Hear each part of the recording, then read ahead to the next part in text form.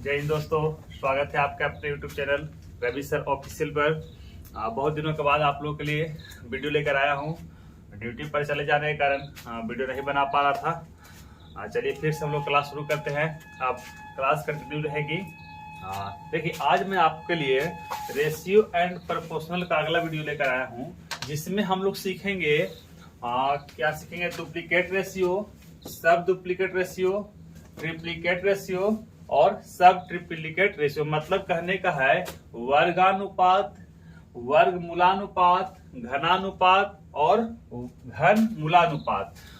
ये इस तरह से मैथ एग्जाम में अब हमेशा पूछते रहते हैं, खास करके एसएससी जो आप लोग तैयारी कर रहे हैं एसएससी का, उसमें इस टाइप के मैथ बहुत पूछते हैं, जिसमें आपको कम समय में जल्दी बनाना होता है। और यदि बहुत लोग करते क्या है कि ये सारे टॉपिक नहीं पढ़ते हैं, उनको नहीं नॉलेज होने के कारण ऐसे ऐसे मैथ नहीं बना पाते हैं। और ये बहुत ही आसान है, जो आपके हर एक एग्जाम के लिए बहुत इंपॉर्टेंट है। तो देखते क्या है, देखिए डुप्लीकेट रेशियो मतलब वर्गानुपात। आपको एग्जाम में देगा कि यदि आप 2 और 4 का वर्गानुपात निकाले, या फिर आपसे कह देगा कि 2 और 4 का डुप्लीकेट रेशियो क्या होगा। तो इस तरह से मैथ पूछते रहते हैं। देखिए, यदि आपसे पूछा जाए वर्गानुपात, जैसे आपसे बोलेगा कि ए और बी का वर्गानुपात क्या हो जाएगा, तो कुछ नहीं करना है, दोनों का स्क्वायर कर देना है। मतलब कि ए और बी का वर्गानुपात हो जाएगा ए स्क्वायर अनुपात बी स्क्वायर। कटेगा तो काटेंगे, नहीं कटेगा तो जो होगा वही आंसर हो जाएगा। लेकिन यदि तो यहाँ तो कटेगा नहीं, है ना। यदि आपसे पूछ दे कि 2 और 4 का वर्गानुपात क्या होगा, 2 और 4 का वर्गानुपात क्या होगा, तो कुछ नहीं करना है, क्या करना है, स्क्वायर कर देना है। चलिए देखिए, तो 2 का स्क्वायर कर देंगे और किसका स्क्वायर कर देंगे, 4 का स्क्वायर कर देंगे।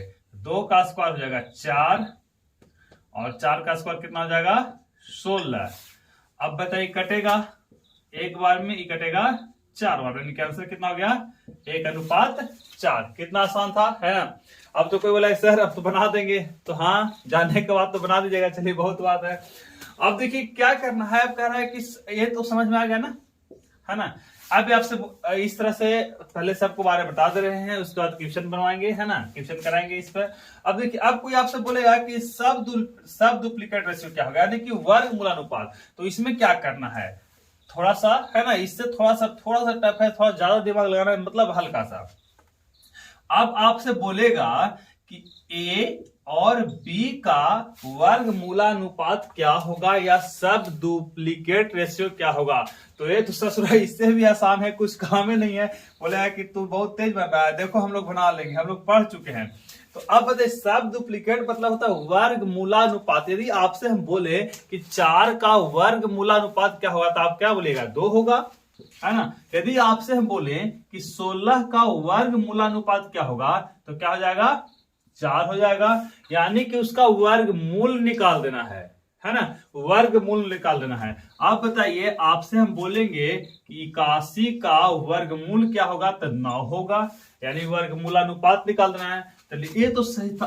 अब हम आपसे बोलेंगे कि 3 का वर्गमूलानुपात क्या होगा, तो क्या कीजिएगा, तो कुछ नहीं करना है, ऐसे कर देना है, हो गया, है ना। तो उसी तरह से हम यदि आपसे बोले हैं कि ए और बी का वर्गमूलानुपात क्या होगा, तो ऐसा ही कैसे होगा, इसका थोड़ी ना होता है, तो कुछ नहीं कैसे होगा, ए अनुपात बी हो गया।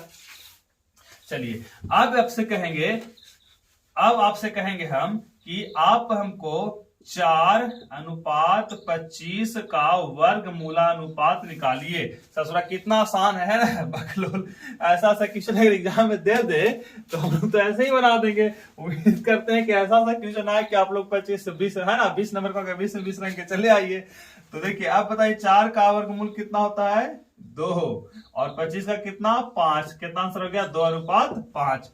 कुछ करना है न, कॉपी न कलम, कुछ नहीं, बस क्वेश्चन को देखना है और टिक कर देना है। इस तरह से मैथ बनाना है आप लोग को एग्जाम में, इस हिसाब का टाइमिंग बचेगा। चलिए, एक और देखें इसमें।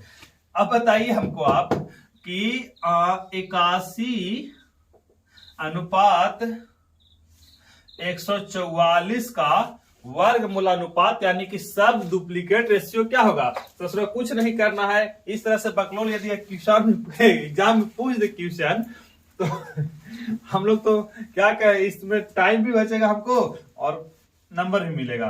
तो अब बताइए क्या होगा, 81 का वर्गमूल 9 अनुपात 144 कितना हो जाएगा 12। यहां छोड़ नहीं देना है, कटेगा है ना, कटेगा तो काट देंगे 3 से और ये क्या बार में 4 बार में, यानी कितना गया 3:4। ये आपका क्या हो गया आंसर 3:4। अब देखिए एक होता है घनानुपात। तो अब बताइए कि आपका डुप्लीकेट रेशियो और सब डुप्लीकेट रेशियो कंप्लीट है ना, इस तरह से पूछेगा तो कहीं भी एग्जाम में कुछ भी पूछे तो हम लोग क्या करेंगे, आसानी से बना लेंगे। चलिए ठीक है, अब देखिए हम लोग आगे बढ़ते हैं एक और। तो ये है सब डुप्लीकेट यानी कि घनानुपात। तो जैसे वर्ग किए वैसे क्या कर देंगे, घन कर देंगे। अब बताइए हमको कि आपसे पूछेगा कोई कि भाई ए और बी का घन क्या होगा, ए अनुपात बी का घन क्या होगा। आप बोले अरे बाबू ऐसा काहे पूछ रहा है भाई, इतना आसान आसान हमसे पूछ के क्यों बेइज्जती कर रहा है। हम एसएससी जीडी का तैयारी कर रहे हैं, हम रेलवे का तैयारी कर रहे हैं, हम एसएससी का तैयारी कर रहे हैं, इतना आसान आसान पूछ के बेइज्जती मत किया करो। अब वो बोला है कि ले बेइज्जती की क्या बात है, तो अब क्या बात है, कुछ नहीं है, ए की अनुपात बी की हो गया है ना। इसमें ना तो कॉपी का जरूरत पड़ा ना तो कलम का, आसानी से बना सकते हैं। और ये सब होता क्या है, ऐसा सब मैथ ना एग्जाम में पूछता, लड़के पढ़ते ही नहीं है। आपको पता नहीं कि इस रेशियो में ऐसा ही पढ़ना है, इसके चलते ऐसा होता है। आपको छूट जाएगा, एग्जाम में आएगा, बना नहीं पाइएगा। अब देखिए यदि आपसे बोलेगा कि भाई 3 और 5 का घनानुपात निकालो, 3 और 5 का घनानुपात यानी ट्रिप्लिकेट रेशियो क्या होगा, तो हम क्या करेंगे। अब ससुरा इससे आसान तो कुछ हो ही नहीं सकता है। बकलोल ऐसा ऐसा मैथ पूछेगा बोर्ड में, हम तो चाहते हैं कि बोर्ड में ऐसा ऐसा मैथ पूछे कि आप लोग सब बना के आ जाइए। तो बताइए 3 का घनमूल क्या होगा, 3 का घनमूल 27 और 25 का 5 का 125, यानी कि आपका कितना हो गया 27:125। आसान था है ना। अब उसी तरह से आप आइए सब ट्रिप्लिकेट यानी कि घनमूलानुपात रेशियो। अब बताइए, आपको हम बता दिए डुप्लीकेट रेशियो, आपको हम बता दिए सब डुप्लीकेट रेशियो, तो आपको हम बता दिए ट्रिप्लीकेट रेशियो। तो अब बताइए अपने से सब ट्रिप्लीकेट रेशियो नहीं निकल जाएगा, तो निकालिए। दें 81 रेशियो 81 रेशियो 125 का, सॉरी 81 का नहीं हो, देखिए वो तो रूट हो जाएगा है ना। लेकिन अब बोलिएगा कि सर कैसे करेंगे, तो 216 रेशियो 125 का निकालिए। क्या निकालना है, सब ट्रिप्लिकेट रेशियो। क्या निकालना है, घनमूल।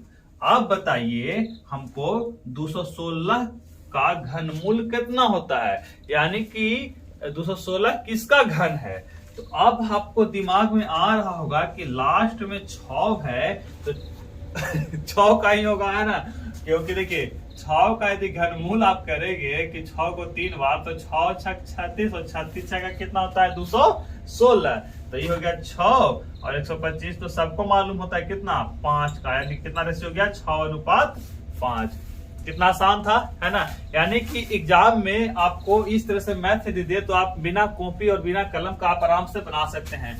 क्या डुप्लीकेट रेशियो, सब डुप्लीकेट रेशियो, ट्रिप्लीकेट रेशियो और सब ट्रिप्लीकेट रेशियो। जो इस तरह से मैथ आप एग्जाम में नहीं पढ़ते हैं, एग्जाम में आप नहीं बना पाते हैं क्योंकि आपका क्लास में सब पढ़ाई होता ही नहीं है, तो अब कोई दिक्कत नहीं है, अब आप आसानी से बना सकते हैं। चलिए एक मैथ हम दे रहे हैं आपको जो बनाना है आप लोग के लिए है ना, बहुत ही आसान मैथ है, वो आपको बनाना है। देखिए क्वेश्चन है, यदि 3 व्यक्ति ए, बी तथा सी का आय 2:4:5 है और यदि उनका कुल आय 280 वर्गानुपात हो तो ए का आय कितना होगा। बहुत ही आसान मैथ है ना।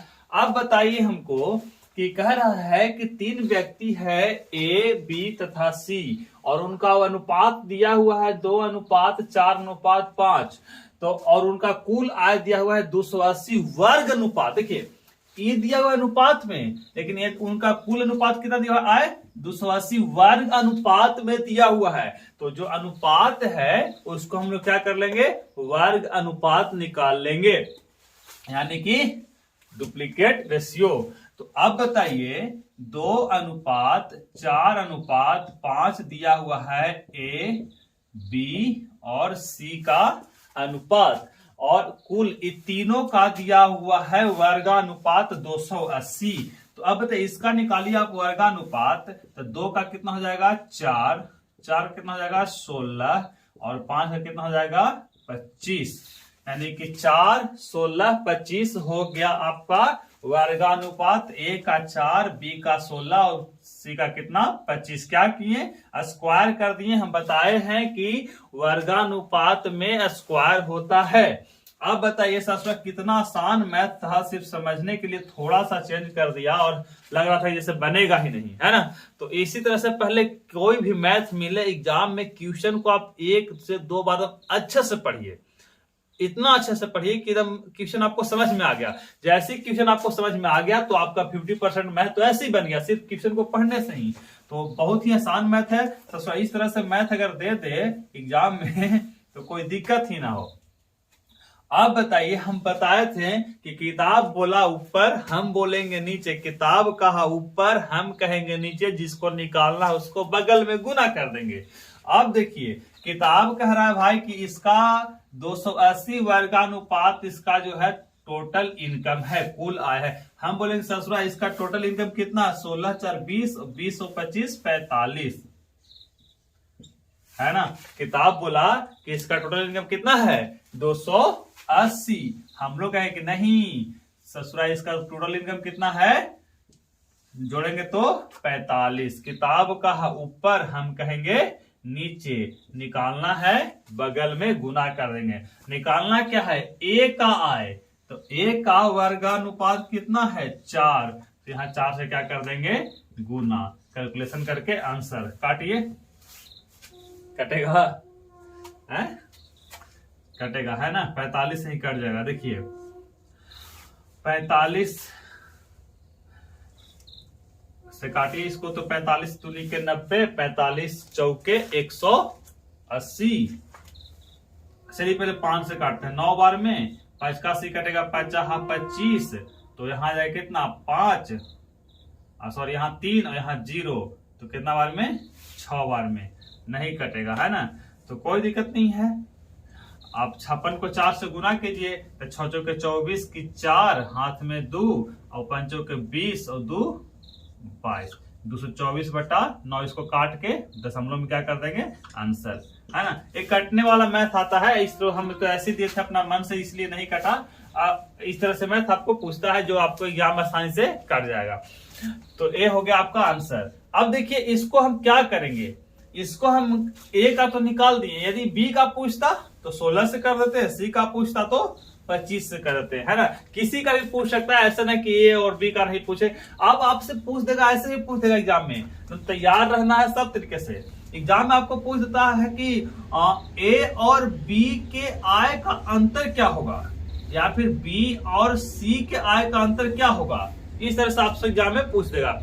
या फिर पूछ देगा कि ए और बी के आय का योग क्या होगा, है ना, दोनों का कुल, ए और बी का कुल आय कितना होगा। इस तरह से कैसे पूछे निकाल लेंगे आसानी से, है ना। यदि ए का पूछ दिया ए का कर दिया, बी का पूछ दिया बी का कर दिया, सी का पूछ दिया सी का कर देंगे।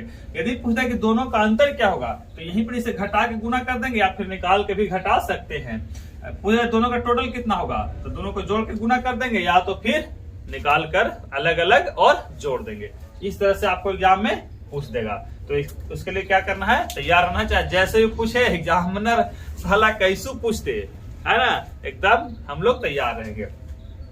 एक होता है आपका मिश्र अनुपात, है ना, मिश्र अनुपात। देखिए वो मिक्सचर का चैप्टर है, लेकिन बता दे रहे हैं ना। एक होता है आपका मिश्रानुपात,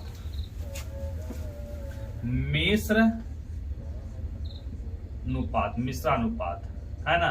देखिए उसको क्या करना है, पूछता है ना, जैसे कि आप लोग पढ़ते हैं ना, दूध पानी दूध में पानी मिला दिया है ना, शराब में पानी मिला दिया, अल्कोहल मिश्रण, ये सब तो पढ़ते हैं, उसका टॉपिक है। लेकिन ये अनुपात में भी आता है। देखिए अनुपात हम बताए थे आपको कि रेशियो पढ़ने से बहुत सारे टॉपिक जो है वो अपने आप कंप्लीट हो जाते हैं।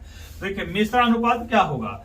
अब बताइए हमको कि यदि आपसे बोल दे कि भाई A अनुपात B तथा C अनुपात D का मिश्रण अनुपात क्या होगा। आप बोलेगा भाई इसमें क्या करना है यार, A अनुपात B और C अनुपात D का मिश्रण अनुपात क्या होगा, हमको तो कुछ समझ ही नहीं आ रहा है।